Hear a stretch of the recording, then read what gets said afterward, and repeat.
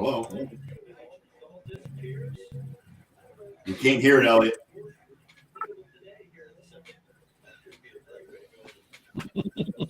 Try it now, John. See if it worked. I clicked it. Well, I'll have a look, buddy.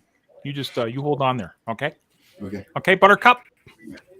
Okay. Not hearing it, Elliot. There it is. Working. Perfect. Good.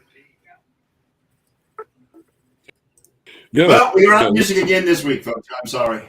It's not working, Elliot. We can't hear it. If you can hear it, that's fine, but we can't hear it on the show. We'll do it live. You guys can't hear it? No. We'll do it live. No, We'll do it live. I guess I am going to have to hit up Aaron. I guess you are, yes. No, we cannot hear it. Sorry. If I could hear it, you're supposed to be able to hear it. We're not hearing it. Sorry. I know I'm not alone. I know John can't hear it. I know Ken can't hear it because he's smiling. Derek's smiling. So obviously, he can't hear it either. So, it's, you know. Right.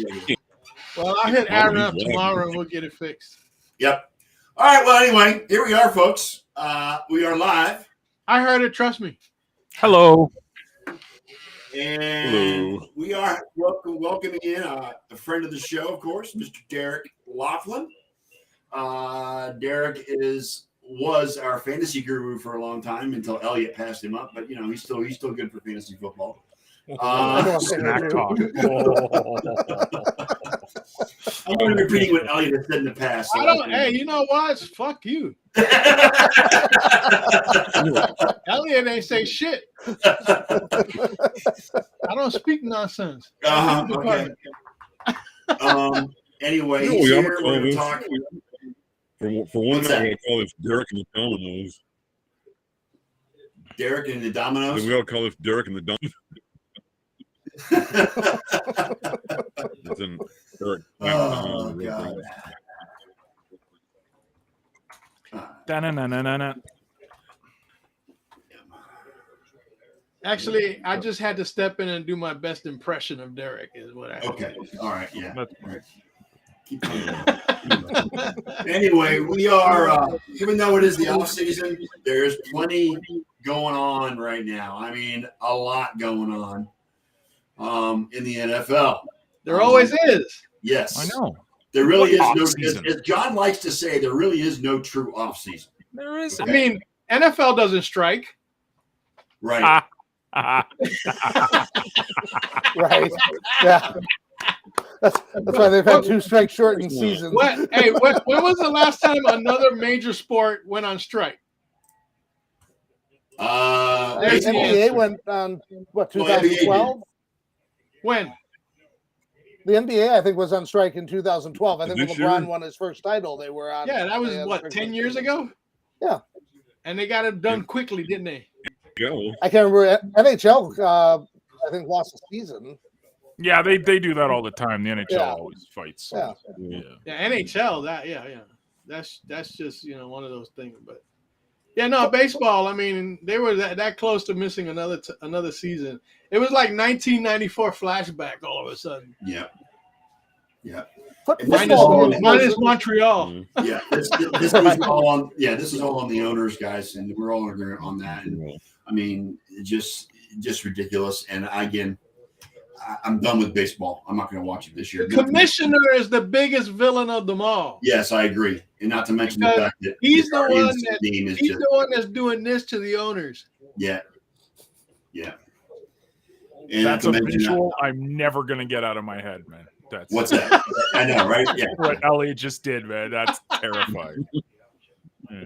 Hello, Facebook user. Who's whoever it is. That'd be Clarky. Clarky, you gotta hit the link again. Let me give it to you. Hang on a second. Yes, Clarky, we just heard about the Brady news. Tom Brady is coming back for one more season with the Tampa Bay Buccaneers. So he says for one more season. For one more season. You got to hit the link again, Clarky, because for some reason your name's not linked. I think he's going to shoot for 25. Watch. Yeah. Well, he's going to be 45. He's going to be 45, I think, in August. If I'm not mistaken. That's when his birthday is in August. Yeah, and so how old was Satchel Paige when he played baseball? Like, I think he played in his late 40s, early 50s. I think, if I'm not mistaken. Who? Satchel Paige. He played in his 60s, yo. Did he really? Wow. Oh, that's what Gordie Howe did, didn't he? Late Don't know. 50s. Vinny or something. Minoso, he was another one that played forever. Mm. And here for Yamagar's playing in his 50s now. But that's when they had smaller bases, no pitch counts. Right. Yamagar's also playing in his 50s as well. He's playing overseas.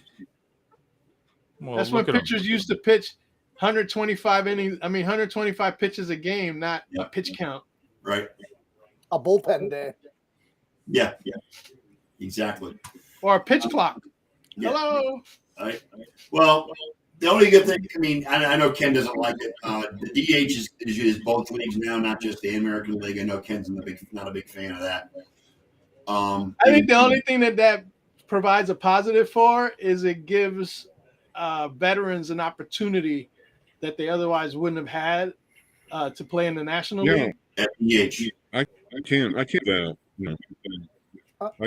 That the thing is having the pitchers bat have that accountability taken away from them. Yeah, well, you pitch inside, you're gonna have to come play. Some people of the ilk that pitchers should pitch and bats should be kept out of their hands. I like the strategy though in the NL where you got a pitcher who might have given up a couple hits and it's the sixth inning, and now do you take him out? Do you go and pinch hitter, but then you got to go into your bullpen? And what they do with flipping around the lineup with the pitcher will bat sixth. Then just none of that stuff exists in the American League with the DH, and it hasn't for like 100 years. Right. Right. Ever since Ron Bloomberg in 1972, was it? The first DH to bat for the Yankees? Yes, 70. Against the Red Sox in Boston? Yep. And Ken, what was the other thing you posted about it? There was something else that they liked that was good for the new contract. The balanced schedule. More interleague games? Yes, more schedule, yeah. The guaranteed to play at least every team for one series. Yes, both AL and NL. That's what about the 12 teams in the playoffs? What is that all about? 12 teams. Well, the top two teams will get byes. The third division winner will take on the other three runner-ups in the best of three series, and the winners will advance to the LCS or LDS. I'm sorry. LDS. So did that eliminate the play-in game? I think that one missed the play. Yes, it does. Yeah, best of three instead of one off. I think the other thing that they did well, not that it matters to me, but the 9 innings for doubleheaders and no runner on second base in extra innings. Yes, they got rid of that crap. I agree. So bigger bases, I guess injuries. I guess that's an injury thing. That's not a. Yeah, if that comes into effect again, it doesn't happen until 2020. Yeah.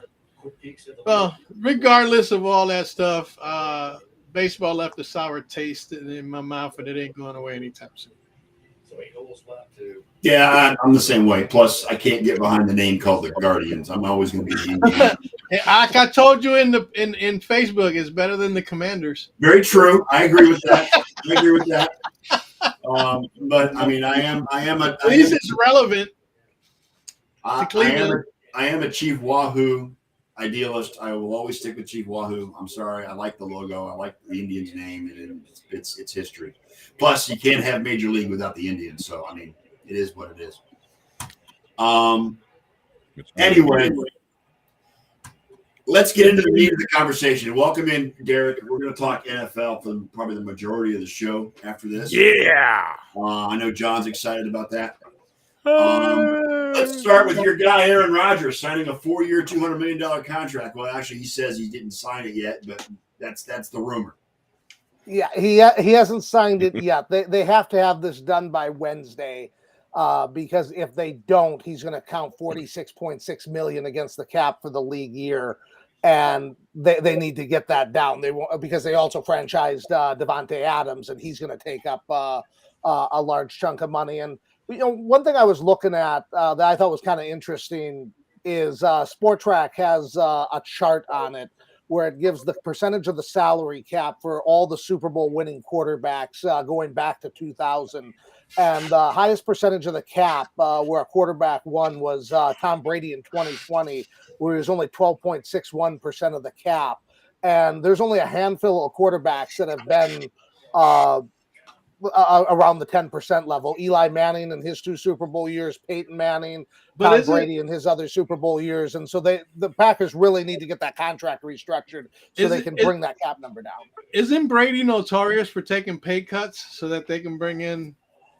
He doesn't take pay cuts. He restructures his contract, right, where he takes he back-ends his money. He back-ends his money. Yes. Yeah, he doesn't actually ever take a cut, but he's been over 10%. He was in 14, 18, and 20, but at the same time, he doesn't take one of these massive deals like Peyton Manning was 14.16% of the Broncos cap in 13 when they lost to the Seahawks, and Matt Ryan was 15.33% when they lost to the Patriots. And so that's always been the thing. He's pretty much been considered the best quarterback in league history since he won that 4th Super Bowl in 2014, and he could have commanded that much of a percentage of the cap, and he hasn't. He's kept it in line and played the game with the converting his salary to roster bonuses. Matt Ryan was worth all that 15+% that year in that Super Bowl for about 2.5 quarters. Yeah, and then his value went down after that. I mean, again, teams win Super Bowls, not quarterbacks. And he had a very good Super Bowl statistic-wise. Now, he had a couple throws in the Super Bowl, taking the sack that was bad with the fumble that didn't play into the race. I'm not saying he played a perfect game and didn't make any mistakes, but there was a defense that was collapsing left and right. Well, but the play calling went very conservative in that Super Bowl. It's all Kyle Shanahan's fault. Coach Kyle Shanahan. Yeah, the worst 4th quarter Super Bowl coach or championship coach in history. Yeah, he's blasting his own head coach. He wishes someone would fire him and he'd get somebody else in there. So. No, I didn't say fire him, but send him to the locker room in the 4th quarter in championship games and Super Bowls.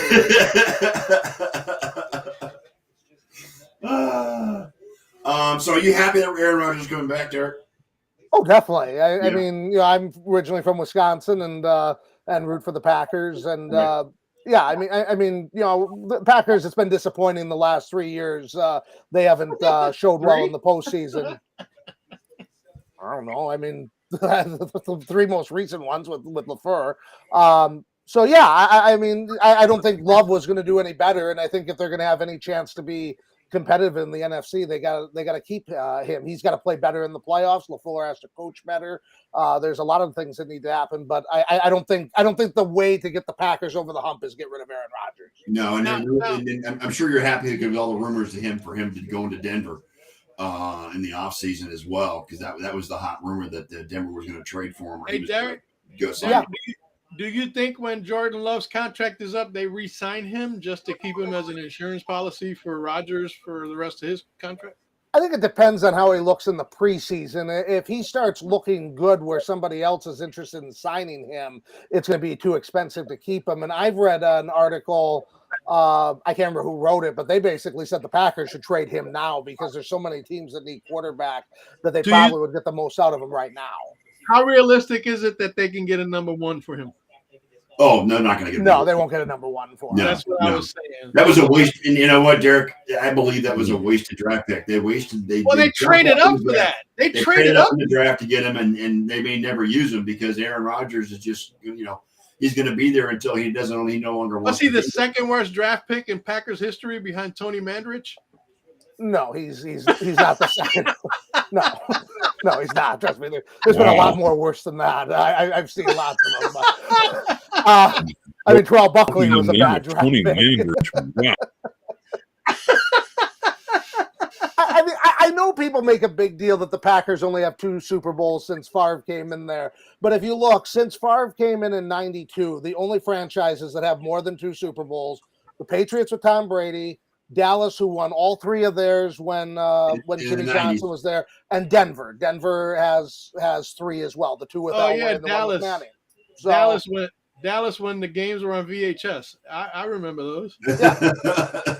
So I mean, yeah, you would hope to get more, and there's a couple seasons that they, I think they left out on the field. 14 when they lost up in Seattle, and 2020 especially when they lost to Tampa at home. But I don't know. But Green Bay's had a good track record since '92, and Rodgers has been a huge part of that. So I'm happy he's still there. Katie's asking the question, Derek. Does Rodgers still have that opt out that he negotiated for a couple of years ago? Katie, click the link. Well, good luck, your name.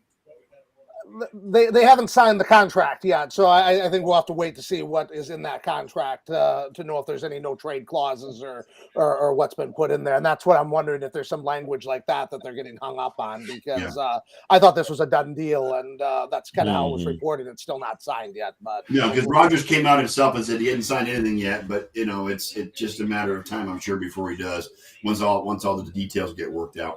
Yeah. Well, I mentioned Denver. They made a splash and they traded for Russell Wilson with Seattle. Drew Lock goes in the deal to Seattle along with some draft picks and whatnot.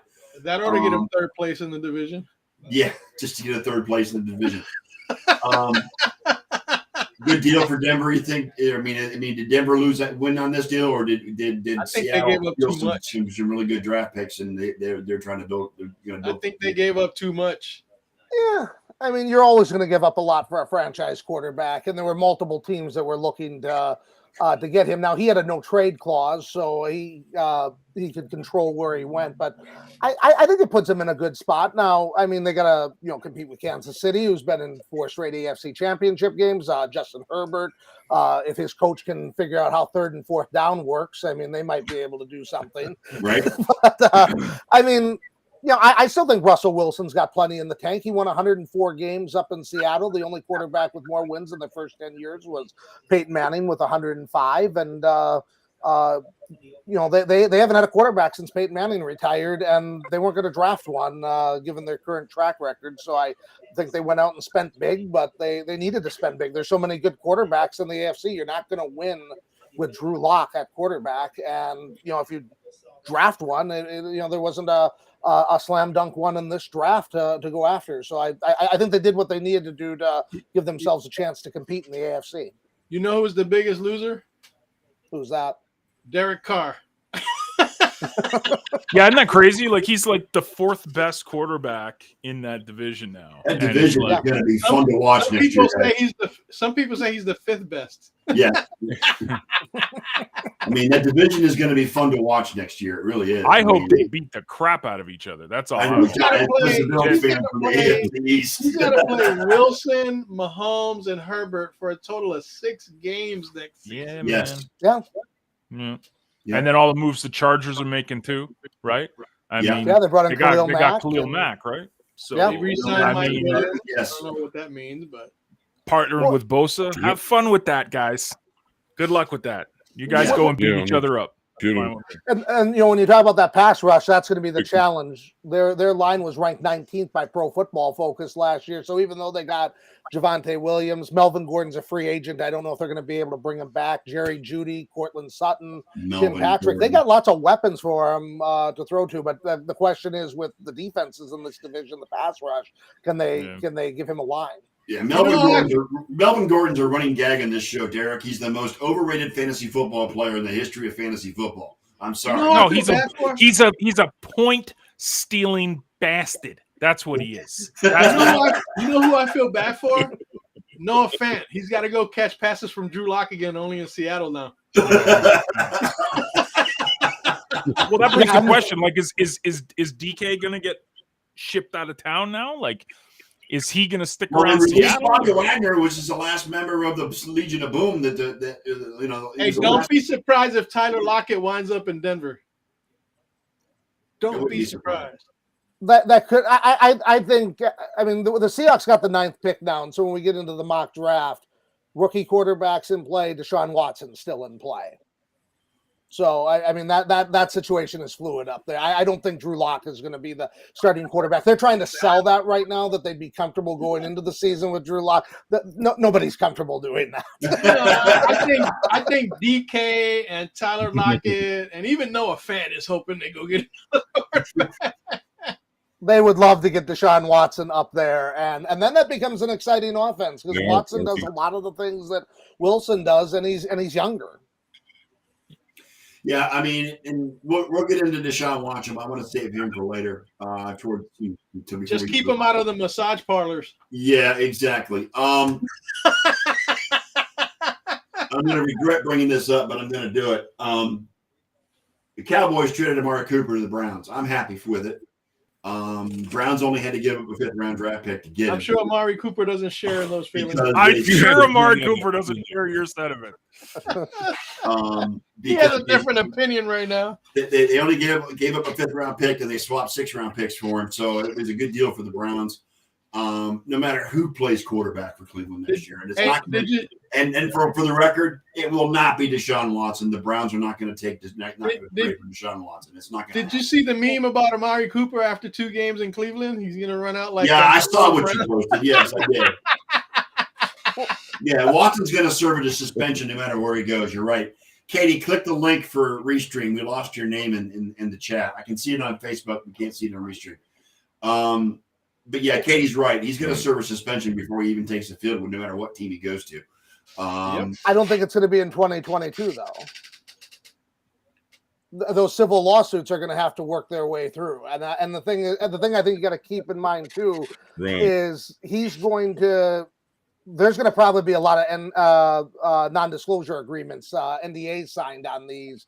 And so you wonder how much of this stuff is going to come out that they're going to be able to have anything to suspend him with. I mean, I agree with you with the volume of the allegations and the seriousness of them. You would think that something's going to happen under the personal conduct policy, but our court systems are backed up for 2 years because of everything that's happened with COVID. If these things go to trial, they're not. I don't think they're going to go to trial. And especially in civil court. Yes. Well, again, there's been no evidence of foul play in the Roethlisberger case. There was another one. There was no evidence, and they all got pretty decent suspensions because of because See, Katie says he says Roethlisberger was suspended without having to face any charges. So, I mean, that's been the track record. There's precedents out there. But that was a doesn't matter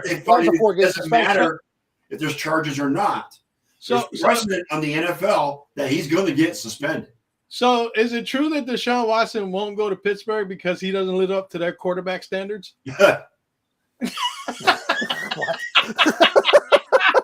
Sure. I said of one woman it was 22, so that's not living up to the standards. So I got you. I mean, see, we're talking about Watson. I think he's got a no trade clause, and so Cleveland doesn't have to worry about getting him. He's not going to go to Cleveland. No. Why would he go to Cleveland to play in the division with Joe Burrow, Lamar Jackson, and a Pittsburgh team that was in the playoffs with Ben Roethlisberger, a terrible quarterback? Yeah, but Mason Rudolph is not the answer in Pittsburgh either. No. I mean, why would you put yourself into that division? Now, Brady coming back to Tampa complicates things. I would have thought that he would have gone to one of the NFC South teams, Carolina or New Orleans or Tampa. Well, he's not going to Tampa now. New Orleans and Carolina seem to be the leaders in that sweepstakes as far as which one's going to get him. I think Carolina's really trying hard. I think New Orleans is also trying hard. Seattle's the 3rd team on that list as far as getting Deshaun Watson. And don't forget Indianapolis. Yeah, Indianapolis. Yeah. Okay. See, and the pundits are out there saying that that Houston won't trade him to an AFC team. They'd rather send him to the NFC as opposed to the AFC. Now that Commander Wentz is in Washington. Yeah. He should want to go to the NFC. Why stay in the AFC with all those quarterbacks? And why go into the NFC West where you got the Rams and the Niners who are in the championship game and Arizona that's got Kyler Murray? I think Philadelphia is an interesting place. Because Jalen Hurts, I don't think, has proven himself to be a franchise quarterback. He hasn't played so poorly that they would move off him and go and draft somebody in the first round. But I don't think he's played so well that they would say, no, we're not taking Deshaun Watson. Well, Philly's going to have a chance to catch passes from Carson Wentz this year. Yeah, because Carson plays them in from. Yeah. But I mean, Derek. the Deshaun Watson How about issue the is Bears? interesting, and you know what? I don't see him being able to play next season because I think if he's traded and he's reinstated with the criminal cases being done because there's no charges being filed, now the NFL takes over in their investigation. There's and no wait a minute. criminal Wait a minute, you cases just said though. They're reinstated. civil. They're civil cases now, not criminal. Right, I understand that, but with the civil case, what I'm saying is with the criminal cases being done, Watson technically wasn't suspended last year. He was eligible to play, and he just didn't want to play and the Texans didn't want him to play, so he sat out all next season. All right, so there's He nothing. wasn't officially suspended. He was actually eligible to play, but he didn't play. With that being said, now that the criminal issues are done for him, because he has these civil cases pending, it's not going to take the end of those civil cases before the NFL goes out and suspends him for the personal conduct violations. I think it hands it down after he gets traded, gets in with his new team. I think the NFL comes in and suspends him for anywhere from 6 to 10 games next year. And I think here's the thing though, here's where I kind of disagree with you. They got themselves into problem with Ray Rice, where they went and suspended him for 6 games, thinking that was going to be a good suspension, and then all of a sudden this other stuff came out, and they're kind of like, "Oh, what did we do?" If you go and suspend him before everything comes out in these civil cases, and then all of a sudden it comes out he was doing something wild in that massage parlor that makes that 6 games look like you didn't come down tough enough on it. Now they got the same problem they had back then. There's no hurry to suspend them. They can wait for those things to play themselves out. They can suspend them in 2023, 2024, as long as they wait. Once they make the decision, then they can't go back again. Yeah, they want to maximize their efforts if they're going to suspend them. Yeah, you have to remember though. You have to remember they had video evidence of Ray Rice, though. They don't have any video evidence so far of Deshaun Watson. Oh, they had video evidence of Ray Rice, all right. Yeah, they did. Yeah. They had it on Kareem Hunt too. And Ken was asking before about the Bears if they would get in on Watson, and I don't. They got Justin Fields, and again, he didn't show well enough in his first year that I think they'd say we couldn't take Watson. I don't really think he wants to go there because Allen Robinson is going to be back there. Khalil Mack's been traded. Why is he going to want to get into a rebuild in the NFC with Aaron Rodgers still there and Minnesota having a new coaching staff and having Justin Jefferson and Delvin Cook? I think the Vikings would be more attractive to him playing in the dome with that talent than playing with the Bears, where they seem like they're kind of back on the downswing again. The most aggressive pursuer right now is actually Carolina. Right. Yeah. Well, Matt Rule needs him to save his job. Yeah. He's got to get to the playoffs this year. If he doesn't get to the playoffs, he's unemployed. He's 10-23, and he's going to be on his 3rd starting quarterback in 3 years. Poor Sam Darnold. Remember when all the experts were saying he was the best quarterback in that 2018 draft? I'm going to do the meme of Kermit the Frog sipping the tea.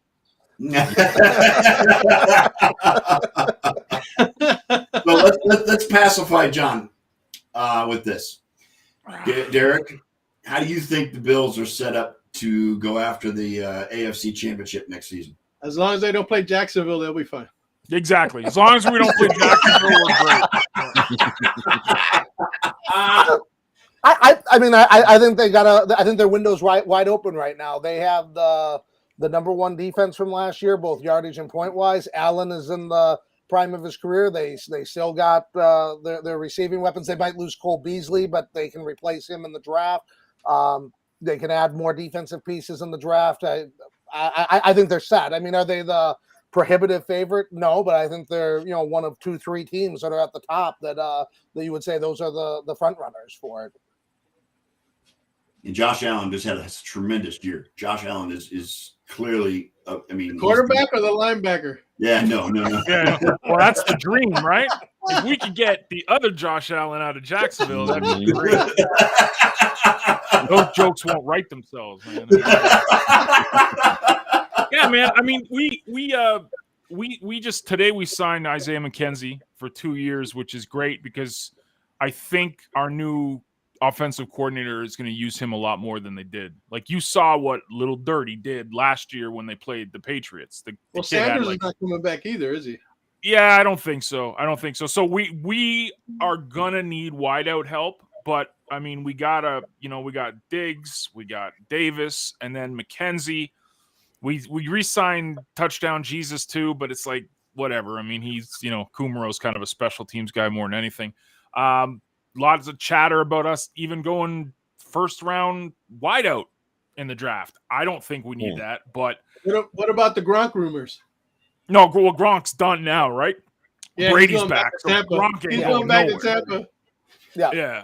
We didn't need that. That was almost like a vanity signing. Like, let's do the story of the Buffalo kid coming back and winning the championship but he's from the Patriots originally and we hated him for a decade. Nah, man. We're good. I mean, I'd like to get one of these, a pass rusher in a trade. I don't know if we can afford it with the salary cap, but Bean's a freaking magician, man. Calais Campbell? Is that? No, they're looking at Chandler Jones, man. That's Chandler the rumor, Jones? the latest rumor. So, I mean, and even if you look at the draft, wide receiver is one of the deepest positions in the draft this year. Yeah. And tight end is a deep position, not like they have a guy in the top 10 that's going to go, but a bunch of guys in rounds 2 through 4. They could easily go pass rusher in the first round, go wide receiver in the second round, and get a day 3 tight end. And if they thread that needle, those are all guys that could contribute the way the draft is. I think the Bills are set. When you have a quarterback like Josh Allen, you're going to contend every year. I mean, he's that type of player, and they're going to be the class of that division until somebody gets a quarterback that can keep up with him. What happens if they get McCaffrey?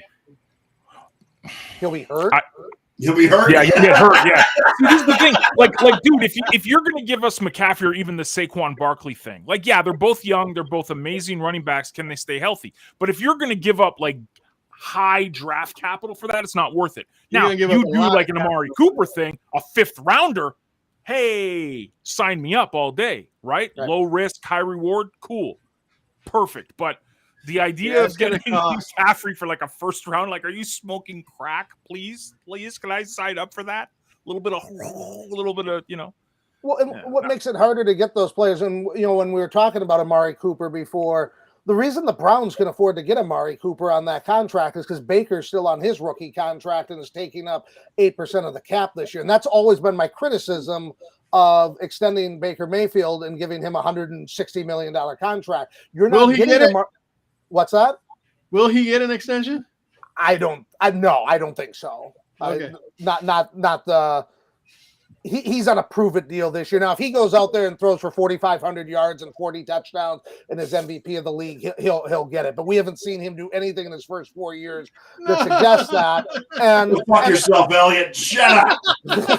Why are you so angry, man? Hey, if that's the benchmark, he might as well just quit now. I mean, but that's what he's going to need to do to get a contract like he's going to have a season like Josh Allen to get a contract like Josh Allen.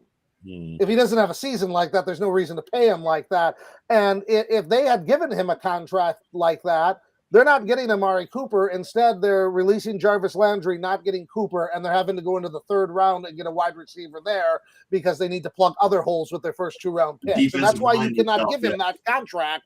You will never be able to put a team around him that's going to be able to do anything if he's taking up that percentage of cap. Yep. Yeah. So can I ask you something, Scott, the sports nerd, right? Can I ask you a question? Yeah. Why did my favorite player on your team demand go looking for a trade? Like, didn't demand it, but was asked to go look for a trade as soon as they signed Amari. He was given the option if he wanted to look for a trade, he could. He has decided instead he wants to restructure his contract and stay in Cleveland. That's what he wants to do. That's code for he found out nobody wanted to trade for. Well, I don't know about that. I don't know about that. But he's only got 1 year. He's only got 1 year left in his deal, so they wouldn't be able. They don't have to rework his contract. They just got to restructure his 1 year deal. And he'll be able to stay. Other than that, otherwise, the Browns are giving him the option if he's not happy. He should go look see can trade with somebody if he wants to. They're giving him the option. Hey, he should leave because it would increase his odds of winning a Super Bowl. Poor Scott. See, Derek, think some shit just never changes on this show. Why do I keep doing this show when I get so abused? I don't understand. The good thing about his contract, though, is there's no guaranteed money on it. So if Right. they reduce the cap number, Yep. it's not going to create a bunch of dead money. It's not going to create a future guarantee. And I've always thought they've been using him incorrectly because they've been using him on the outside because Beckham's been hurt all the time. He's a slot receiver. And so Right. Amari Cooper coming in with Landry taking a pay cut makes sense because Right. then you have Landry playing in the slot and you have Right. Cooper playing on the outside. They're playing where they're supposed to be. And you got Donald People-Jones or one of the other top receivers playing on the other outside, outside, opposite of Landry's. I mean, and opposite of Cooper. So, yeah, I agree. Landry's not a wideout. He's a slot receiver, and he's a good slot receiver because he's not afraid to go over the middle and take those hits and get those balls. Yeah, I know he's John's. I know John. It's his favorite player because he can't stand Landry. So he's going to go back to being the number 2 receiver in Cleveland. Well, he may actually be the number 3 option, believe it or not, Elliott, after DPJ. So I mean, because DPJ right now is slotted with Cooper coming in, DPJ would be the number 2 receiver because he just balled out last year. He was great. They franchise tagged Njoku, so he's going to stay. And I mean, the receiving core is there. It's all on Baker now. It's all on Baker. If he can perform, then he's the guy. If he can't, he's gone. And I'm all for that. I have no a lot of pressure on Mr. Mayfield. Yes, all the pressure is on Baker's shoulders. Here's some information you probably didn't know about the trade. In exchange for Amari Cooper, the Cowboys actually asked for the Rock and Roll Hall of Fame, but instead we got a bag full of dog bones. So, and which brings me to my next question. Ken, how do you feel about Amari Cooper being traded to the Cleveland Browns? Poor Amari Cooper. I'm gonna miss him. I wish that I mean it's gonna be buyer's remorse, but it's not from him.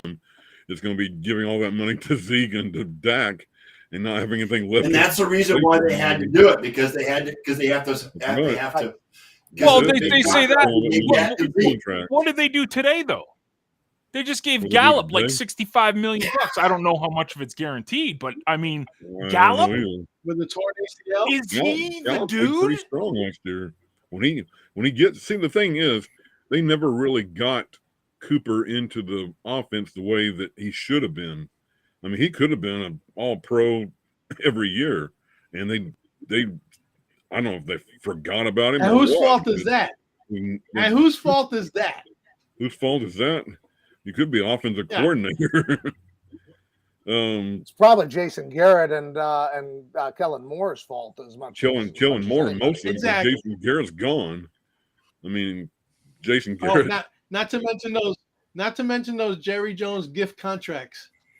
Oh yeah, I mean that's. Because when was the last time Ezekiel Elliott was relevant in the NFL? It's been more than 3 years. And when you ain't got Ezekiel Elliott performing the way he was capable of before he signed the $90 million in Cabo, before he got hurt, your game is going to suffer. I still say since he was in Cabo, he should have been 90 million pesos. Right. I figured it out the other day. 90 million pesos would be $4.1 million. So he could have saved a bundle on that. Yeah. Well, Cooper, to me, he's been good, but he just hasn't been great. He's got 5,000-yard seasons, but he's never been over 1,200 yards, and he's never had more than 8 touchdowns. He's always been a good receiver, but now he's on his 3rd team. He lasted 4 years in Oakland/Las Vegas, and then 4 years in Dallas, and now he's on to Cleveland. And I think that's kind of the problem is he plays good, but he doesn't give you that superstar level season that they're looking for with the money that he's getting. I wish he could go back to being the Amari Cooper he was as a senior at Alabama. Because he was unreal when that happened. But and at least the Raiders got it right because they could have taken. At least the Raiders got it right. They could have taken Kevin White in that draft. Remember that debate on whether Kevin White was the player today? That's true. Yeah, that's true. El Busto. Hey, why is Alvin Kamara restructuring his contract if he's going to prison? I hope it works out for him. We'll just eat our why is he restructuring the Hall of Fame? Why is he restructuring his contract if he's going to be playing for the Mean Machine, Alvin Kamara? Alvin Kamara. I mean, the Saints are in cap hell worse than any other team. They're looking to restructure anybody that they can. So I don't think they care if he does play in another league for a few games. I think they he's going to he's going to help their cap really well once he gets convicted and sent to prison. Yeah. Yeah, there you go. He needs money to put on his books. Good one, Brett. Yeah, I that whole scenario, that whole incident was just totally foul from every perspective. So much for what happens in Vegas stays in Vegas. Right. Titans re-signed Harold Landry. Is that a good signing for them, Derek? Hell yeah. Offensive linebacker, outside linebacker. Yeah. I mean, good part of their defense, and defense wasn't. I mean, they have some defensive issues, but he wasn't one of them. So yeah. And then a beast. And then on the media front, Joe Buck and Troy Aikman are going to ESPN to be the new voices of Monday Night Football. I mean, they've needed to do something because the last couple announcing crews that they've had in there have not been terrible, dude. Terrible. I mean, I love terrible. I watched the Manning telecast all last year. I love the Manning podcast. I love the Manning podcast. Yes. That's the only shame of this is I wonder with signing Buck and Aikman like that if they're going to want to have a Manning telecast opposite of that. Right? Manning cast. Breaking news: Vikings gave Kirk Cousins 1 year, fully guaranteed $35 million extension. God. I'm sorry, I shouldn't laugh at that. Oh my God. Cousins is stealing more money from the NFL than Sam Bradford. I'm just saying. Dude, I was about to say, are you going to put the Sam Bradford reference in there, man? Yes, he's stolen more money from the NFL than Sam Bradford. The problem they keep running into is there was nothing wrong with giving him that contract extension when they signed him away from Washington, but they did it as only 3 years and fully guaranteed the contract. And so there's no voidable years on the end of the contract. So they keep coming in where they have to, he's in a contract year every year because of how that contract is. And so they have to keep extending him a year and guaranteeing money. And it's like a payday loan where you just keep going to the store and you can't get out of your payday loan debt. That's what the Kirk Cousins contract is. Man, it's insane. He's going to be there on these 1 year deals for the end of time because they can't afford $55 million payable by March and no trade clause. Yikes! Yeah, ridiculous. And you wonder why Minnesota's not successful, right? He's such an outlier though, because I know quarterback rating it's a flawed statistic. I mean, but it does measure certain things and.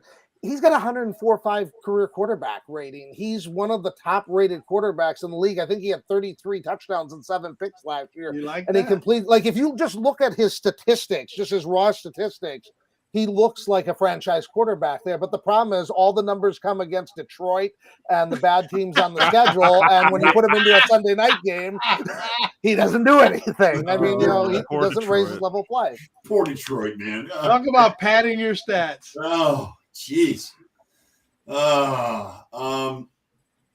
And Bobby Wagner, we touched briefly. Where do you see him going after he got he got disrespected, man. He did, yeah. Because Seattle doesn't tell him that. He had to hear it from the media that he's being released.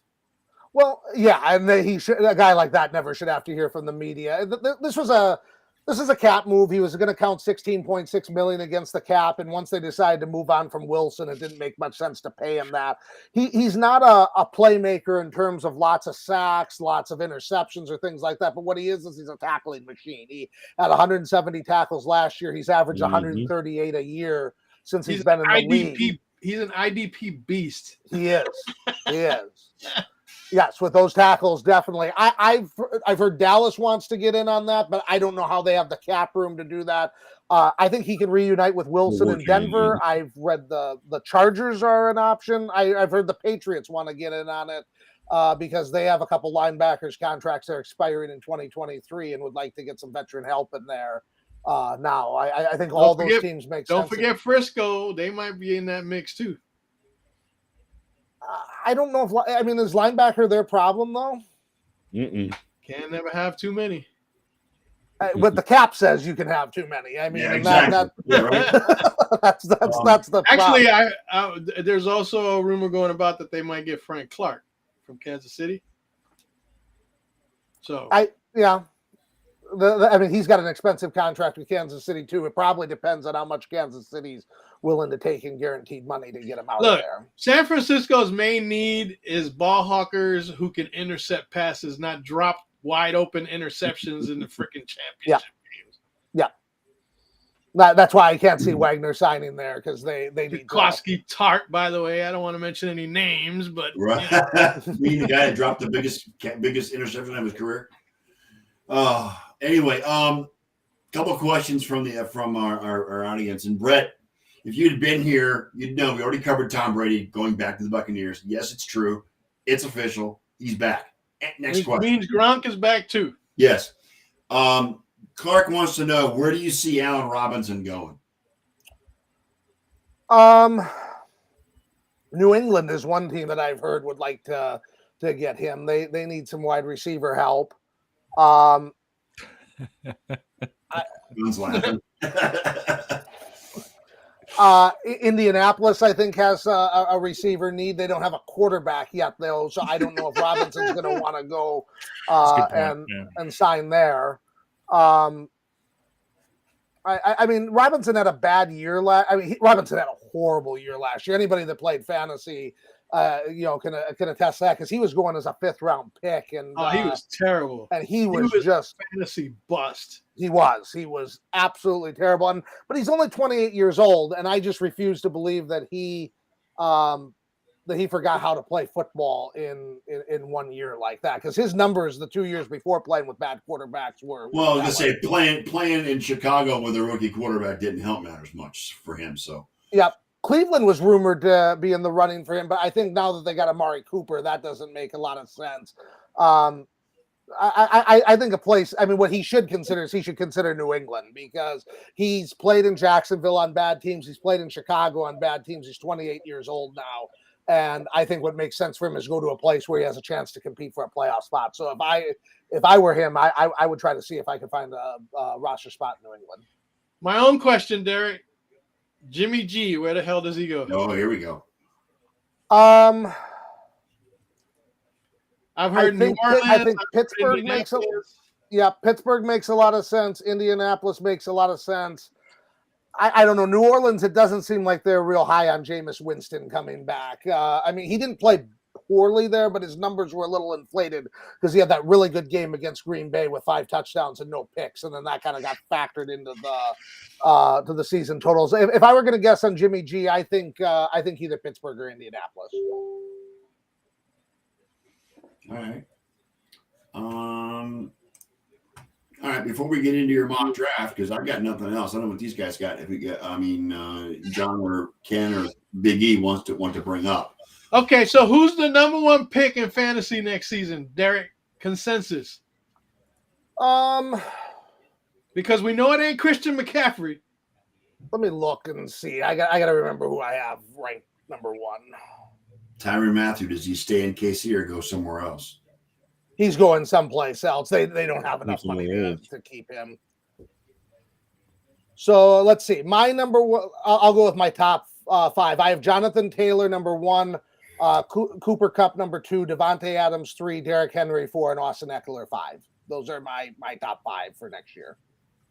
So you got a couple of wide receivers stuck in there. Okay. Yep. Half PP. This is half PPR. Okay. And Jonathan Taylor, I mean, I did these rankings about a week ago. It was before the Carson Wentz trade, but again, the odds for Washington went down once they got Carson Wentz. I don't think Carson Wentz was propping up Jonathan Taylor's number. Now they have to get somebody in there that can competently play quarterback, but they don't need to get a superstar quarterback in there for Jonathan Taylor to be the number 1 overall player. And if I had the first pick, Jonathan Taylor's who I would take. Do you take a risk on drafting Alvin Kamara this coming season? until I see what the quarterback situation is, it's kind of hard to answer that. He's never really played well with Taysom Hill, and I would imagine the way that contract is structured, they have to get somebody else in there. They're going to be on the hook for a ton of money with Taysom.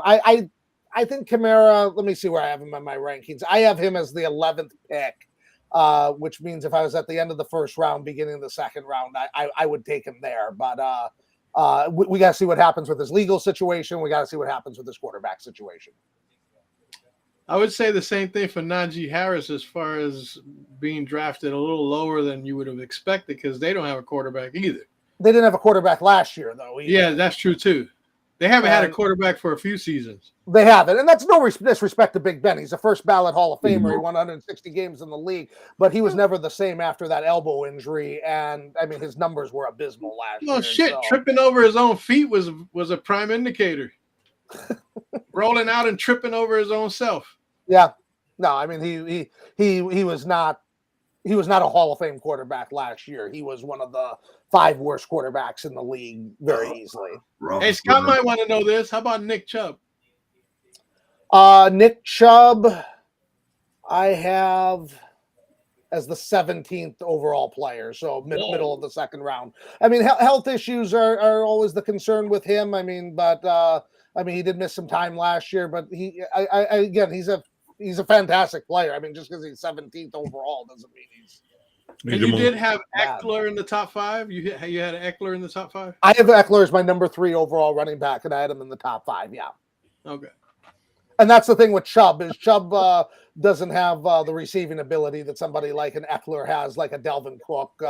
Javonte Williams is a guy that I have in the top 10. I have him number 6 overall. I think with Russell Wilson there now, that's a fantasy breakout season waiting to happen. And Mixon? He had a pretty damn good year this year. Mixon, I was sour on because of his health issues before last year, but he really did well this year. I have him number 5 among running backs. Especially they're going to concentrate their entire draft on offensive line to get that offensive line propped up. Yeah, because Joe Burrow has gotten killed. He got killed in the playoffs. Yep. 9 sacks against what game was it? Kansas City. Yeah, now he got sacked 9 times. Was it Kansas City? He got Tennessee. 9 against Tennessee, 7 against the Rams. They have to, especially if they're going to let opposing defenses line up offside and not call it. Right, that's true. That too.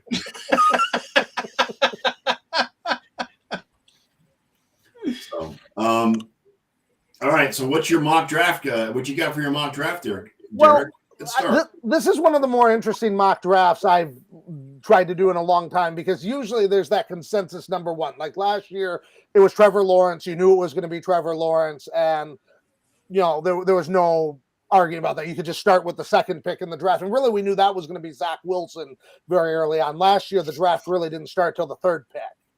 This year, there's 4 guys that are kind of in the running for that top overall pick. Aiden Hutchinson is the favorite on most of the sports books. At Caesars, he's a minus 150 favorite. But then Evan Neal is at plus 350. Ikem Ekwonu is plus 350. And Kayvon Thibodeau is plus 800. So I think there's a number of different directions that first overall pick could go. On my list, I have Evan Neal going first overall. And that's even with Cam Robinson being franchised. One guy that I've been listening to a lot lately is Mike Lombardi on the GM Shuffle podcast, and he talks about football from a front office perspective. And one thing he always tells people about these drafts is that the draft isn't for this year. It's to build the roster in 2 years. And Cam Robinson's been franchised for 2 straight years. He's going to cost $20 million next year, which is where a long-term contract is going to go. So I don't think franchising Robinson for a 2nd straight year takes them out of the tackle market. I think it might do the opposite, where they know they're going to lose Robinson in a year. So they draft Neal and play him on the right side in his rookie year and let him get some confidence, and then move him over to the left side in 2023 and let Robinson He's a walk. big boy too. Oh, that Twitter picture too. He looks like he's got a tight end physique that they had going around Twitter, but he's like 6'7" and 337 pounds. I mean, that dude is chiseled. Scary. Yeah. So who goes to the Lions? I have Hutchinson going there. Not necessarily because he's the hometown guy. You can get yourself into trouble doing that, but he's just a terrific football player. He dominated the Big Ten last year at Michigan. He wreaked havoc on the Buckeyes in that last game of the season. Yes, he wreaked havoc. Yep. And he had a really good combine. I think he ran like a 4.7 940, and so you like where you got a guy with that much good tape, that good of a combine performance. And the Lions, I think, were third lowest in sacks last year. I think they had about 30 sacks. So they need somebody on that defensive pass rush. And it doesn't make any sense for them to go quarterback. They do need one with Jared Goff being there, but they also got the 32nd pick. And a lot of times teams will want to use a quarterback there because then they get that fifth-year option where they get to look at them for a lot longer. And I think not only that, but this draft is not really rich in quarterbacks this season. This year, it's really not. It's not, but at the 32nd pick, you can go and afford to be a little more aggressive. You cannot miss on the second pick if you're Dan Campbell. You got to get this pick right, and there's no quarterback that you're going to be sure that you're going to get right like you would be Hutchinson. And it's true Hutchinson was a Heisman Trophy candidate, right? Yes. Third, I think. Yeah. Team in third. That makes a lot of sense to go edge with that guy. Injury. Derek, the only thing I'm afraid of with Aiden Hutchinson is that the game against Georgia in the semifinals, he almost pretty much disappeared. I mean, it was the way they played him, and all credit to Georgia. But is that gonna hurt? Yeah, well, that Georgia offensive line is freaking was freaking amazing. It really was. I remember when Drew Lock was playing at Missouri.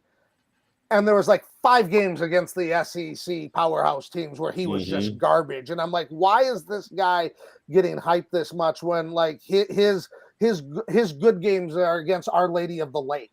That's who he was playing well against. And anybody in the SEC that had a defense, he's throwing 1 touchdown and 2 picks. I think the danger with that is, I mean, you like Our Lady of the Lake? I saw them in a basketball tournament one time. They had a team. They have a basketball team. Hey, that's the one that tossed the saber to King Arthur. Yes. Yes.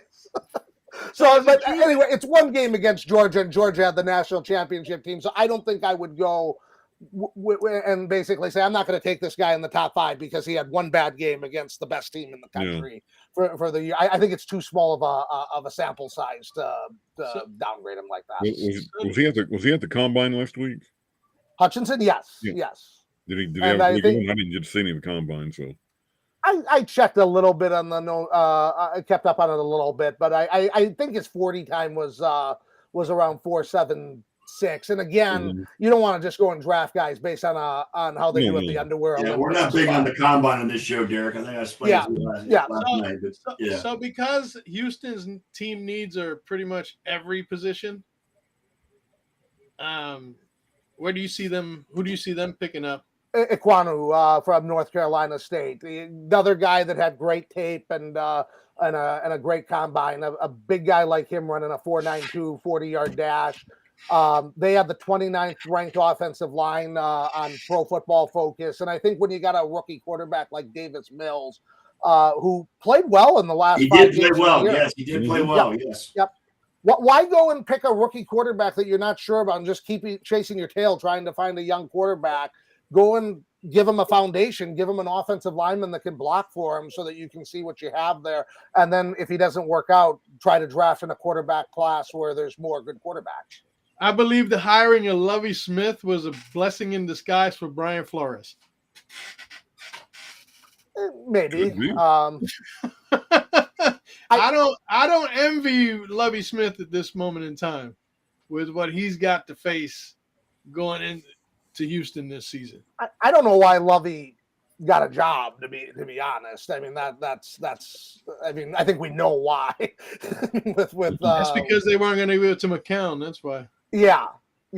But I mean he runs a Tampa cover 2 that is obsolete with the current rules. I mean, that defense was a great defense back in the 2000s when the West Coast offense that San Francisco ran was the dominant offense in the NFL. But the teams don't play the same way, and it's basically an outdated defense because it gives up the short passes that the offenses are looking to get anyway.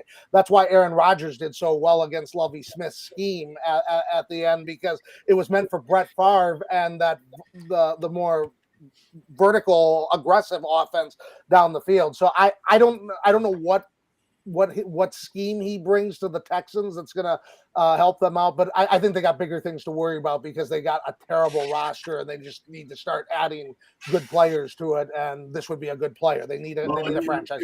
Everybody picked the Texans to finish dead last in the NFL, which they didn't. And that's basically because David Mills played better than people thought he was going to play. Yep. And Jacksonville was just an absolute circus last year. Yes, it was a shit show. Except when they played Buffalo. Well, that's the problem with teams hiring. Oh wait, no. I'm sorry, John. Buffalo and Indianapolis. Yes. Derek, that's the problem with teams. What we were talking about Tampa too. That's the problem with teams hiring Rod Marinelli because he swears by it and he uses it. I mean, even as outdated as it is. Yeah. I mean, I can't remember where Marinelli ended up going through the offseason, but someone hired him, so you'll keep seeing it, and he'll keep getting burned too. Yeah, it's just not something that you can play cover 2. It isn't like none of the teams play cover 2 in the league anymore. Right. But to use it as a base defense that you're going to build your whole scheme around, it doesn't work with the rules today. It was stylish 20 years ago, but not now. No. Well, the Bucs won a Super Bowl with it, but then shortly thereafter, teams started figuring it out, and they figured out the short passing game was the way to beat it. Well, the rules changed. The rules changed in 2004 as far as the contact within the first 5 yards of scrimmage. Right. So you couldn't run the offenses that you run today back in 2004 because there was too much contact at the line of scrimmage to do that. How about the Jets? Well, one guy that's been shooting up the boards that I think is going to go, and it's partly on his college tape, it's partly on the combine, is Trayvon Walker. He was fantastic at Georgia. This guy's 6'5" and 275 pounds. He ran a 4.5 140, 35.5-inch vertical jump and did his 3-cone in 6.89 seconds. And so you have a guy on the best defense in the country who had great numbers in the college season that then put up that kind of tape. And they need that type of player to get after Josh Allen, to get after Mac Jones, to pressure the quarterback. And so I think they're going to add Trayvon Walker, or if they don't go with him, maybe Thibodeau. They need to get some edge pass rush there. Yeah, real quick. I'm sorry, Elliot, to interrupt. Clark wants to know, does Jameson Williams drop because of his injury? I mean, yes, but I don't think he's going to fall out of the first round. I don't think he's going to be the first receiver taken, which is what he might have been without that injury. I have him going later in the first round, though. He's too good of a player. And I'm sure John will appreciate this question. How about the other Jersey team? The what? The other Jersey team at number 5. The other Jersey team. Hey, man, dude, they're Buffalo South now, so I don't got no hatred for the Giants, man. That is Buffalo South now. Well, they ain't in your conference either, so that. Well, no, but they also got all of our dudes there, man. I mean, they got Dable, they got Shane, they got I'm pretty sure they've got every single one of our backup quarterbacks. That's probably where Beasley winds up. Trubisky didn't go there. Well, no, but I mean, like Davis Webb and all those guys, right? That we had on. There. And I just like to highlight what Bill said. For the first time in a long time, I salute and clap a Patriots fan because I totally agree with you, sir. Totally. Not even Jets fans care about the Jets. Yes, that's correct. Yeah. It's not Jets, it's FAIL. There's such a thing as Jets fans? That's what I'm saying. Well, Joe Namath is still a Jets fan, and you got Greeny. Oh, yeah. So at least you got two. I got a couple friends out in California. They're originally from New York. They go through the painful exercise of rooting for the Jets every and my year. The CEO of my company is a Jets fan. The CEO of my company is also a Jets fan that I work for. So who goes to the Giants, Derek? I have Charles Cross going here, offensive tackle out of Mississippi State. They need offensive line help. They've had a bad offensive line since Eli Manning was there at the end of his career. So I know they took offensive line early last year, but they need more than one offensive lineman in the top 10 of the draft, and so they're going to go and grab another one in Charles Cross. Now, Carolina, obviously they're in the mix for Deshaun Watson. Right back. Well, do they need offensive line help? Well, they need lots of things, but the quarterback is where they're going to have to go first because, again, like I said, Rule's going to be on his third quarterback in the last 3 years. He's got to get this one right. So I think he goes with Kenny Pickett here is who I have in the mock because Watson isn't there yet. That could change if they sign Watson because they won't need two quarterbacks then. But I'd pick it here because he started for 4 years at Pittsburgh and was on their roster for 5 years. So to me, do you go and take somebody like Malik Willis who played at Liberty and didn't really start that many games? It might be a 2 or 3 year developmental plan that you're going to get fired year one into his development, or do you take a guy that had 4 years of starting experience at Pitt and be like, hopefully that's going to translate where he's going to help me win right away. Can I ask you something about Pickett? Yeah. And this team rarely ever does this, but could you foresee any scenario where the Steelers trade up to get Pickett? One of my best friends is a Steelers fan, and he's originally from the Pennsylvania area, and he is hoping they find some way to get him.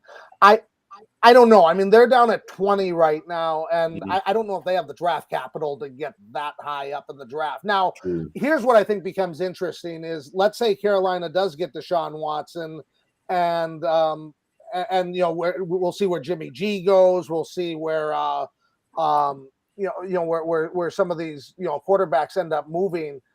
And maybe you do have somebody like Philadelphia who's got 3 first-round picks and could afford to trade one. Could they make a move up to 15 with Philadelphia? Could they make a move up to 12 with Minnesota, or maybe the Jets even, who have 2 top 10 picks and do that? That I could see. But for them to get up to 6, if that's where Carolina takes them to get the top 5, I don't think the Steelers have a history of trading that many draft picks away. No. And would you want to do that with Pickett? I mean, this isn't Trevor Lawrence we're talking about. This isn't somebody that's viewed as he probably is the best quarterback in this draft pool, though, because this is a very shallow draft pool this year as far as quarterback. He's the most NFL ready, I think. I think if I looked at who has the most upside, it's probably Malik Willis. He did really well at the Senior Bowl, played at Liberty. I think as far as upside goes, that's Malik Willis. But I think as far as who's the safest that you think could have a 10-year career out of this group, I think that's Pickett. And the Giants coming back with 2 out of the top 7 picks. I have them going with Kyle Hamilton here. Hamilton's a guy that, when we talk about the combine, he didn't have the greatest combine. He was a little slower than people had hoped at 4.59 seconds, but that's where you can't let a combine time get in the way of drafting a good football player, because Kyle Hamilton was fantastic at Notre Dame. There's a lot of good tape on him, and he should be a quality defender in the league for years to come. And the Giants need some help in the secondary, so I think they go with Hamilton. I don't know if this was brought up. You were talking about Pickett from Pittsburgh. Is that right? Yes. Mm-hmm. What about the Steelers going after? That's what we were talking about. Yeah. Because that seems to be the big rumor that Pittsburgh wants to bring him in, because he's another hometown kid, just like Hutchinson is with Detroit, and they seem to think he'll fit in well with their scheme. He's had some rough games in college, so I'm not 100% sold on the kid. So we'll see. Plus, as Derek said, talking about his small hands going out there as well. 8-inch hands. What the hands thing doesn't mean dick to me. It doesn't matter. You can throw the football and you're accurate. Who cares? You had a pretty strong bowl game, though. Yeah. Atlanta. Well, this is going to be interesting. They restructured Matt Ryan's contract. They're kind of in the Kirk Cousins situation where, they don't necessarily want to restructure the contract, but if they don't, they're not going to be able to field the team this year. And so they did restructure it a little bit. So I think they go with Thibodeau here because he's a guy that would be good value at the 8th pick. People are talking about maybe he could be one of the top 2 picks in the draft. And Atlanta had just 17 sacks last year. And so I think they go and add an impact defensive player here rather than taking a chance on a quarterback that might not play for 2 years.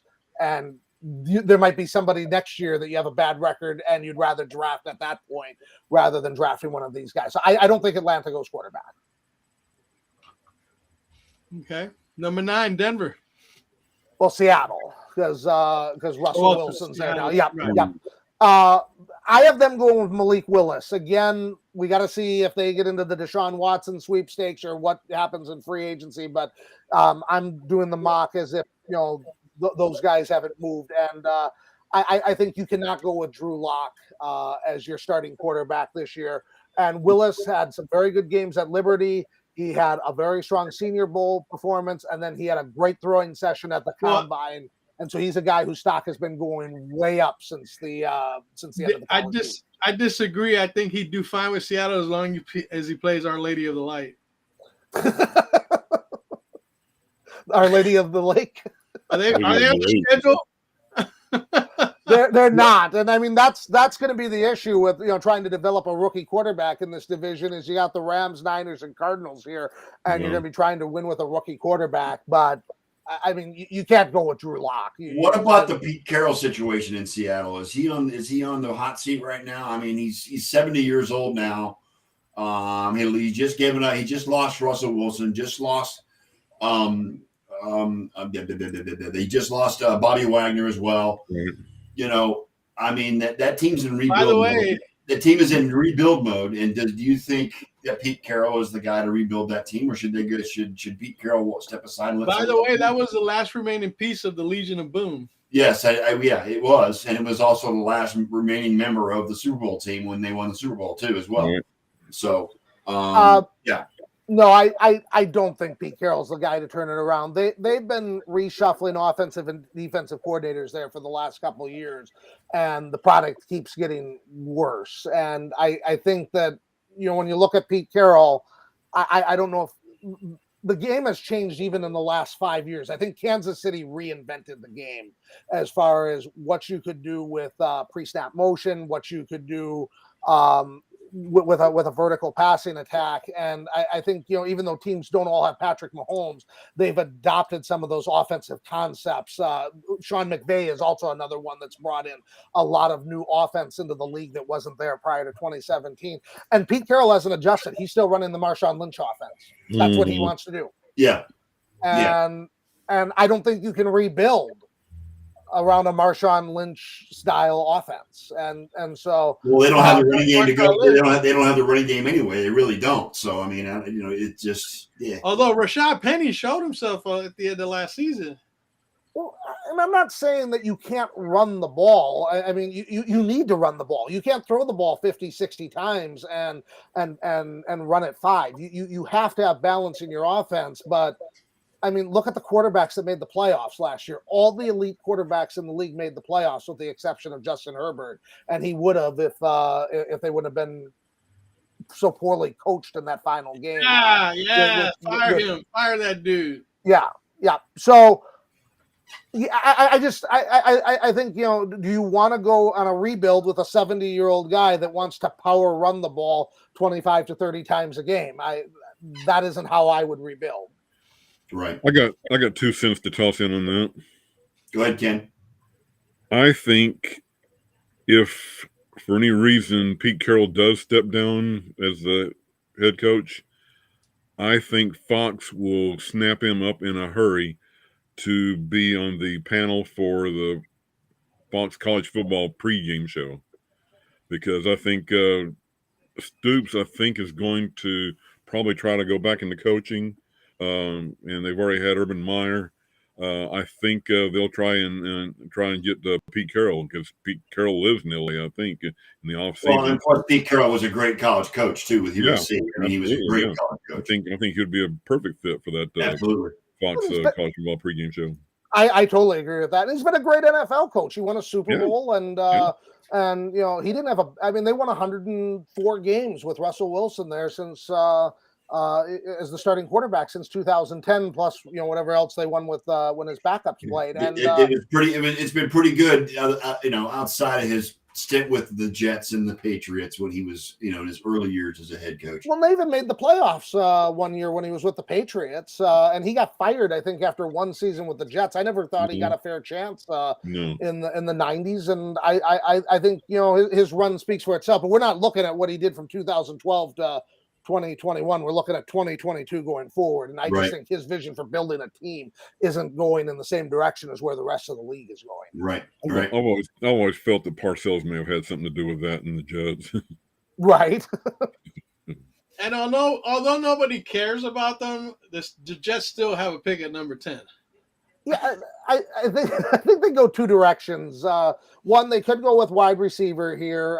Garrett Wilson is somebody they could go with and get Zach Wilson another target. But I think what's going to work against a receiver going here is there's so many of them that they could wait until the second round and probably get a good impact player. So I have them going with Ahmad Gardner, the cornerback out of Cincinnati. He didn't allow a touchdown in 33 career games, and I think quarterbacks had a 22.6 quarterback rating against him.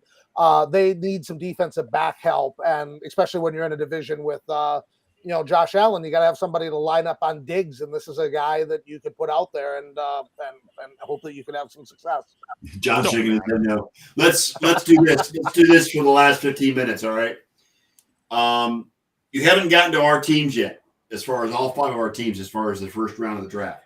Okay. Let's do this. Let's go around the table and let's start with the Browns, who have the 13th overall pick. Wait. What? I just wanted to do one thing. What? Who do the Commanders pick? I have them. No one cares. Literally, no one cares. I have them going Matt Corral. Quarterback. I do have them going quarterback, and the reason is after they traded for Carson Wentz, now you're still going to go quarterback. Well, because Carson Wentz, the odds went down with him. Maybe they'll go up with Matt. Look at the guaranteed money on the contract. There's nothing owed for 2023. He's a stopgap. I mean, they basically were not going to go in with Henke again this year, and they weren't sure what they were going to get with in this quarterback class, what was going to be available for him at the 11th pick. So I think it makes more sense to trade the draft picks that are lower and get Wentz in there. You have some stability, and then sit at 11. He's a better option than Wentz, to be honest. I think Hinkey's a better option than Wentz. No, he's not. No. But, all right. Coming up fresh. Anyway, let's start in order. The number 13 pick belongs to the Cleveland Browns. I did this before Amari Cooper came on board. I had them going wide receiver, though, with Garrett Wilson. And I think they could still do that because they need more impact wide receivers in place. And this is a great wide receiver draft. I wouldn't be surprised at all if they went with another playmaker.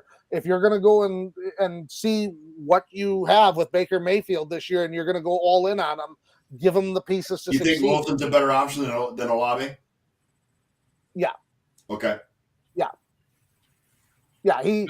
Wilson was a productive player at Ohio State, and he had a great combine. You're putting, I think you're putting a pretty safe player there, and who knows how long Amari Cooper is going to be here. I mean, they did take on all the guaranteed money. He's going to probably be for the next couple of years. But fuck you, Elliot.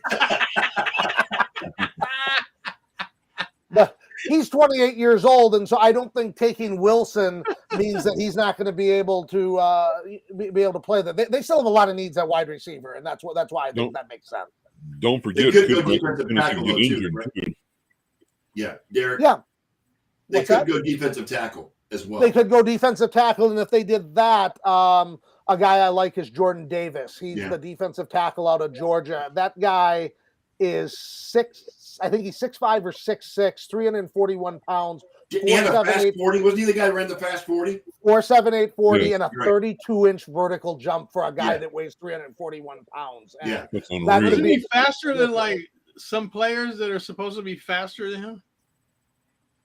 What's that? I mean, he had stats that rival players smaller than him.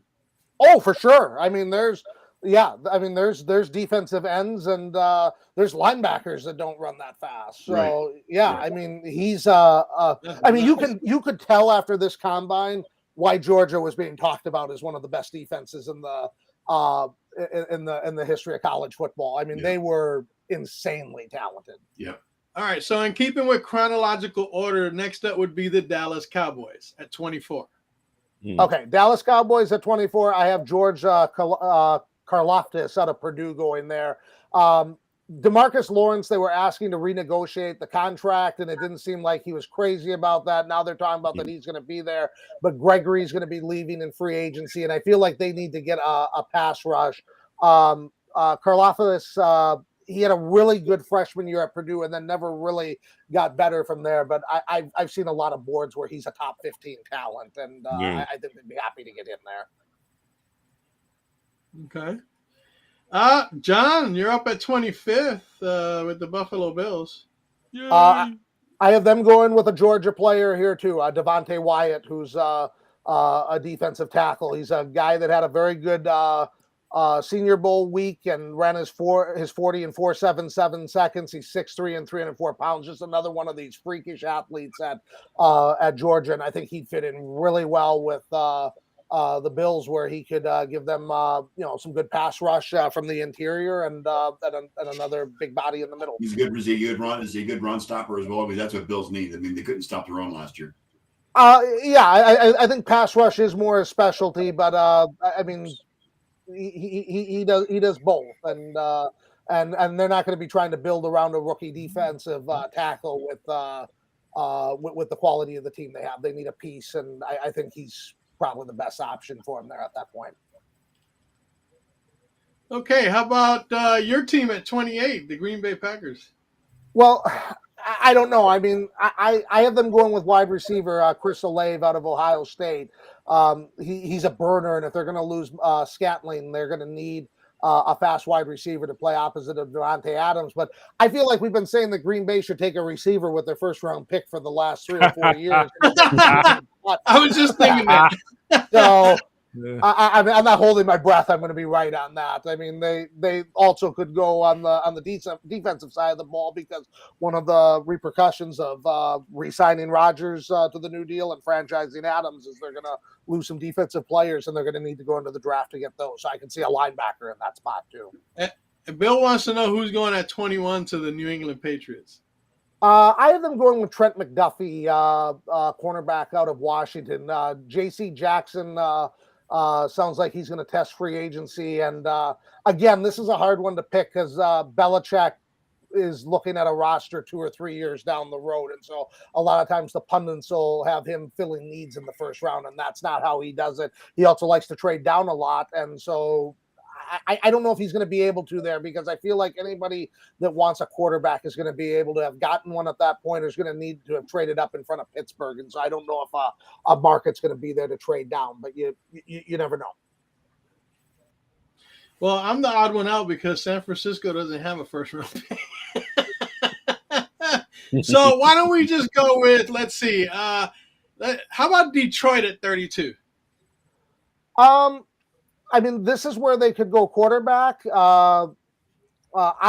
my mock, I have him going with Treylon Burks. He's a guy that they were talking about going in the top 10 or 15, and his combine performance was not really good. So I think the challenge is scouts are gonna have to go back and look at the tape and try to reconcile the combine performance versus the what he did there. But the other thing too is with the quarterbacks. Let me look at my list here real quick. Desmond Ritter, out of Cincinnati, is a guy that had a pretty good combine, but CBS ranks him as the 76th player, and that's going to be the problem. Is they have Corral 22, Willis 23, and Pickett 25, and then it drops down to Hull at number 55 after that. So I just don't know if there's going to be a player at the 32nd pick that Detroit's going to want to take there at that quarterback spot. So that's why I think a receiver could make a lot of sense, because they have the worst receiving corps in the league last year. Here's one I'm interested in, and do they keep them both? But Philadelphia 15 and 16. And 19. They got 3 first-round picks. I don't do trades in my mock, so I have Lloyd, the linebacker out of Utah, Devin Lloyd, going at 15. I have Tyler Linderbaum, the center out of Iowa, going at 16 because Kelsey is 34 years old and is nearing the end of his career. And then I am going with Andrew Booth Jr. at cornerback with the 19th pick. I can't see them packaging picks up. There's not a quarterback that's worth. Normally, if you were a team like them and you weren't sold on Jalen Hurts, you would go and package those picks and try to get up to the 2nd or 3rd pick and land a quarterback. That's what they would have done last year to get up to 3rd to try to get somebody like Lance. But there's nobody worth doing that. So I could see them maybe trying to trade down and accumulate more picks. Otherwise, just take the good fortune of having the 3 first-round picks and try to add 3 starters. Do you see Malik Willis dropping to the Steelers at 20? I don't think so. It's good. We got to see what happens with all the free agent quarterbacks, but Carolina, Seattle, and Washington, I think, are all in the quarterback market, and I don't think they're going to let. I think Willis is going to be the 2nd quarterback taken, so I think Willis will go in the top 10. I think Pickett and Willis go in the top 10. Corral's the one that could slide because if Washington doesn't want him at 11, then Pittsburgh's probably the next team at 20. He's probably got the most slide factor. That's my next question, Derek. Is Corral fully recovered from the injury suffered in the Sugar Bowl? At this point, no, but there's nothing that they think that it's going to be a problem come fall. I don't think so. I don't think injury is going to factor into his first round status. I think he's only about 6'1", so I think his size is what's going to factor into the decision more than anything. Right. Now, because New Orleans has pretty good defense, do they go offense in with the 18th pick, maybe a quarterback or a wide receiver? This is where I have Jameson Williams going because I think they need a wide receiver. Michael Thomas. Not had a good last couple of years in the league, and I don't think they can count on him being a franchise wide. Well, he didn't play at all last year. No. And he's been. There's been issues with him all over the place, both medical and just his overall demeanor in the locker room. So I think again with New Orleans, I think New Orleans defense is more built to win now, and they're not in a really. In a great division. So I could see them trying to go with Jimmy Garoppolo or re-signing Jameis Winston or getting in on the Deshaun Watson sweepstakes and trying to retool this team so it can win now rather than trying to develop. Yeah, New Orleans has a really bad cap situation right now too. It's got a horrendous cap situation. I think that they get the highest money against the cap than any other team in the NFL at this point. That they're just in cap hell. Well, they tried for structure and release and do a lot of finagling to get down below the cap. So it's going to be, it's Tampa Bay with Brady coming back now. It's the Buccaneers division to lose because there's really I don't think there's any other team in that division that's going to be able to compete, especially if Gronk comes back as well. So as much as it pains me to say it because I've become a Tampa Bay hater over the last decade and a half. But yeah, the Bucs. Shut up, John. You become a Tampa Bay hater. But yeah, he bought a hat for the Super Bowl victory. Yeah, what do you mean? What the hell, bro? You flip flop more than a freaking politician, bro. Yeah, where's that Tampa hat you bought after they won the Super Bowl? Huh? That's he. Yeah, he hates them too. You bought one too, Elliot. Don't give me that. You bought one too. But I don't hate them. Yeah, well. Like you claim to. Anyway, last one. Because consensus, I guess, amongst all of us is that the Cincinnati Bengals need some offensive line help. Is there an offensive lineman they can pick up at 31? Daniel Falel out of Minnesota. That's the guy that's 6'9" and 384 pounds. He set the record for weight by an offensive lineman, but he's not a big boy. Holy cow! Huge. He's huge. Jeez, but he's Mekhi Becton right now. Yeah. Dude, you can play basketball if you want to. Holy shit! Yeah. Isn't he like a Mekhi Becton type? Well, that's the thing I've been reading on him is that if you think because he's that size that all he can do is run block and that people are just going to run around him, that's not the case, that he's very nimble and very agile for that height. I mean, he's not going to be, one of the fastest offensive linemen in the league or anything like that, but he's not, he's not He's necessarily cover a lot of run real blocker. estate on that line, though. Yeah. No, he can just stand there with his arms out and block people. I mean, come on, that's all he's got to do. He's like a freaking NHL goalie, just stand there and reach his arms out and block people. I can't believe he just said that he doesn't like the Tampa Bay Buccaneers. I know. I can't get over that, bro. I know That's that like he's hated insanity. him for the last decade and a half. Yeah. You know what I mean? Like, just Yes. But yet he loves those Brownies and their successes. loves them. Yeah, that's why they Yeah, had to Many leave places town. with To the go, sports that's why more they had to than- leave town to go win Super Bowls. Anyway, that about wraps it up. We got about 30 seconds. Well, this has been an enjoyable hour and a half. Thank you very much for the view. I appreciate it. Appreciate it, Thanks, Derek. thanks for having me. I had a really good time Hey, tonight. man. Derek, it was glad having you back on the show. You're welcome back anytime you want to come on. I know you're busy with the marriage and the baby and the job, but There's no baby. You keep wanting to give me a No baby. babies, There's no just baby. dogs. Just dogs. Just dogs. Just Just dogs. dogs. I thought you had a kid. Fur babies. Fur babies. Oh, fur babies. Excuse me. I'm sorry. Yeah. I know you're a busy man with the wife and the job because your lawyer stuff taken off, and I appreciate it. It's really glad to hear about that. But you're welcome back anytime. I'm sure the three other co-hosts Just will drop us a concur with me. line.